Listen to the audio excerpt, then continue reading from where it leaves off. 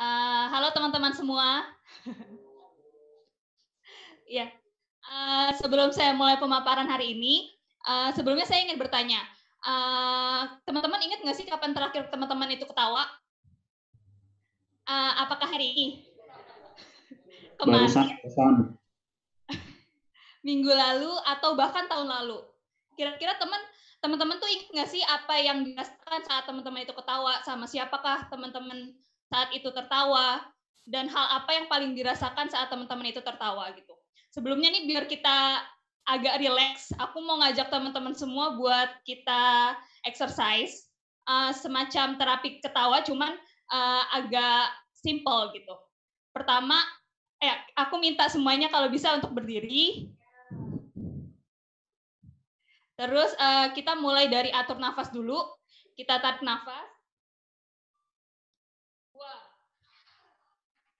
Sekali lagi. Tarik nafas.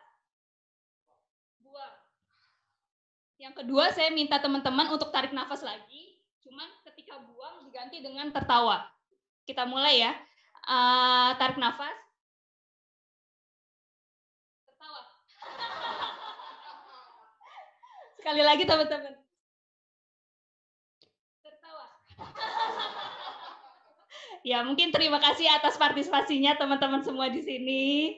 Semoga agak sedikit merelaksasi rasa stres kita. Sebenarnya di sini latar belakang kenapa saya mengangkat tema ini, saya menemukan fakta bahwa dilakukan adanya suatu riset atau penelitian yang dilakukan oleh suatu platform dalam hal yang memberikan informasi terkait dengan perusahaan atau profesi, di mana dia melakukan penelitian ini dalam mengukur tingkat stres profesi dengan mengukur dari faktor terhadap work-life balance gitu. Jadi di sini si platform itu melakukan penelitian terhadap 86 karyawan selama masa 2015 sampai 2017.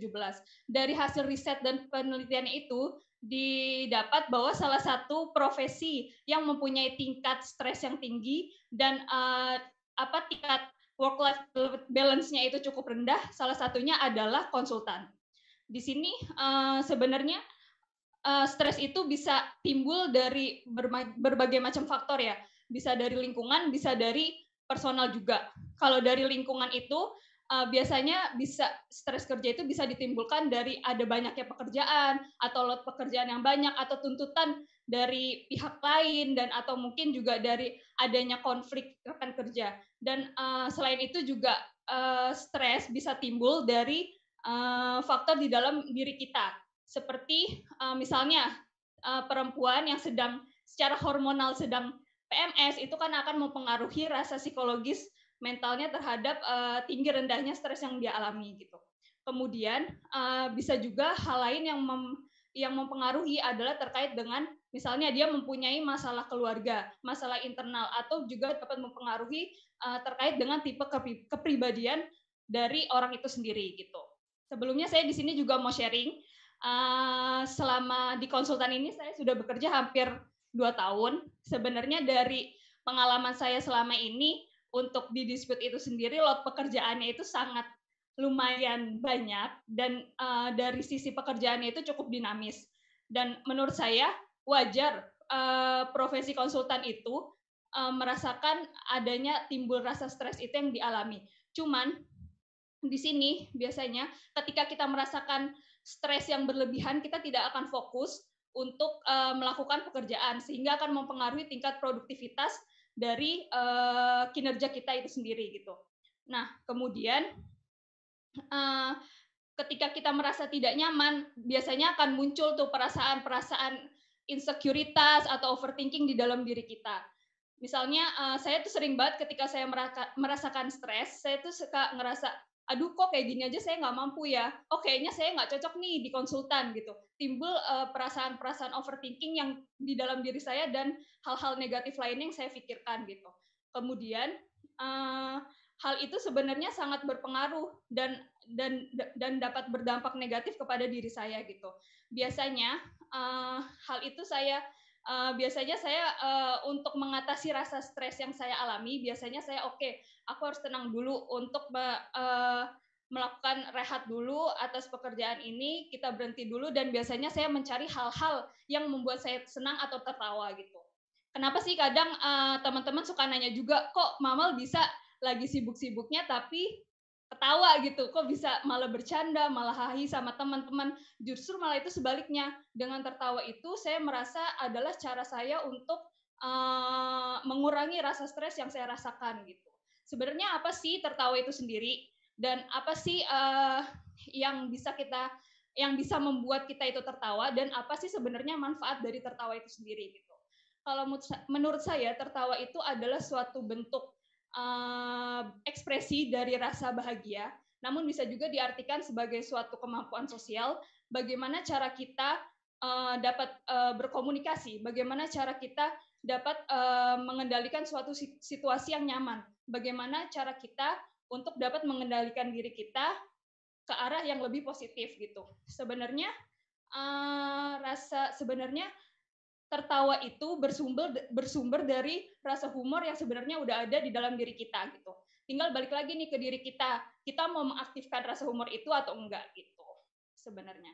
Nah kemudian untuk tertawa itu sendiri sebenarnya bagaimana sih kita bisa tertawa itu terdapat penelitian yang menjelaskan bahwa terdapat 3 tahap dalam proses kita tertawa gitu. Yang pertama itu ketika kita mendengar lelucon atau guyonan atau kita menonton suatu acara komedi, biasanya di dalam tubuh kita ada yang namanya itu saraf tawa. Saraf tawa itu akan menstimulus lelucon atau film komedi yang kita tonton itu ke dalam otak kita.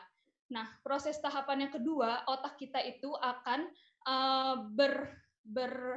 akan menganalisa dan akan melakukan reaksi, di mana otak bagian kiri itu sebagai pusat data akan menganalisis kata dari lelucon itu. Kemudian otak bagian kanan itu akan menganalisis dan menemukan bagian mana sih yang lucu atau bagian mana sih yang membuat kita tertawa gitu. Kemudian tahap yang ketiga, otak setelah melakukan analisa melakukan reaksi kepada otot-otot wajah. Di sini barulah mulut, rahang itu melakukan pergerakan dan terjadilah sikap tertawa gitu sebenarnya. Nah, kemudian tertawa itu sendiri sebenarnya banyak sekali memberikan manfaat kepada diri kita, baik dari sisi fisik maupun dari sisi sosial. Di sini pertama dari sisi fisik, dengan tertawa itu sebenarnya dapat menurunkan depresi atau tingkat stres. Ketika kita tertawa, di sini rasa stres yang kita alami itu akan menurun, tingkat kecemasan dan ketegangan juga akan menurun. Bahwa kemudian juga banyak sekali para ahli yang meneliti tentang terapi tertawa ini, bahwa dengan kita melakukan terapi tertawa bisa mengurangi depresi yang dialami oleh manusia dan mendorong perasaan lebih ke arah positif dan terbentuknya suatu interaksi sosial yang lebih baik gitu. Kemudian manfaat yang kedua itu dengan tertawa kita dapat meningkatkan suatu kekebalan tubuh dari virus ataupun dari penyakit-penyakit lainnya. Ketika kita stres, di dalam tubuh kita akan memproduksi yang namanya hormon kortisol. Hormon kortisol itu adalah hormon stres yang akan berdampak negatif bagi tubuh kita. Apabila di tubuh kita itu lebih banyak mengandung hormon kortisol, itu akan mempengaruhi kinerja dari otak kita. Sebaliknya, ketika kita tertawa, tubuh kita tuh akan merespon dan akan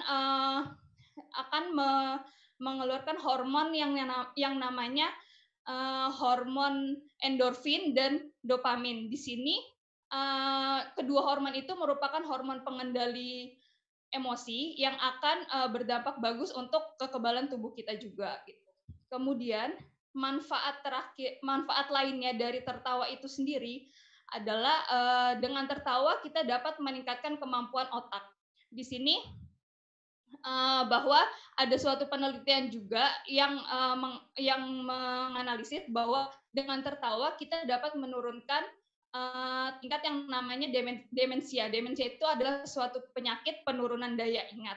Dengan tertawa juga kinerja otak kita akan berfungsi menjadi lebih baik lagi dan kita bisa lebih fokus untuk melakukan apa yang bisa kita lakukan dan meningkatkan produktivitas kerja juga tentunya gitu. Kemudian Kemudian, manfaat lain dari tertawa itu sendiri adalah melindungi paru-paru dan jantung. Di saat kita tertawa, jantung itu akan di saat kita tertawa, kita akan membantu kinerja dari pembuluh darah untuk mengalirkan darah ke seluruh tubuh. Kemudian juga dalam hal paru-paru. Dalam hal paru-paru, di saat kita tertawa, kita memaksa karbon dioksida untuk keluar dari dalam tubuh kita dan memaksa lebih banyak oksigen yang masuk ke dalam tubuh kita. Ketika oksigen masuk ke dalam tubuh kita, energi kita akan semakin baik dan akan mempengaruhi kesehatan kita juga gitu. Terus manfaat dari tertawa itu sendiri yang tidak disadari adalah dengan tertawa kita bisa membakar kalori dan membangun otot-otot di perut gitu. Jadi sebenarnya di sini mungkin bisa seneng ya buat orang-orang yang lagi mencoba diet atau menurunkan berat badan. Di sini ada suatu penelitian juga di mana apabila kita tertawa 15 menit itu akan menuruni kalori sebesar 50 gitu. Kemudian manfaat lain adalah dengan tertawa ini kita dapat membuat diri kita panjang umur. Ada suatu penelitian juga yang mengatakan bahwa